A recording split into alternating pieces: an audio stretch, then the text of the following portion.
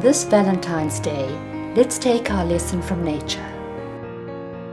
She knows that even receiving is an act of giving. She knows one must create their own flowers of meaning and love. She is always present, even when she is alone. She knows that space itself can answer a longing. She knows that even death can be a union, and nourishment a return to oneness. She knows a snarl can be in the service of harmony, and innocence is our deepest forgotten truth.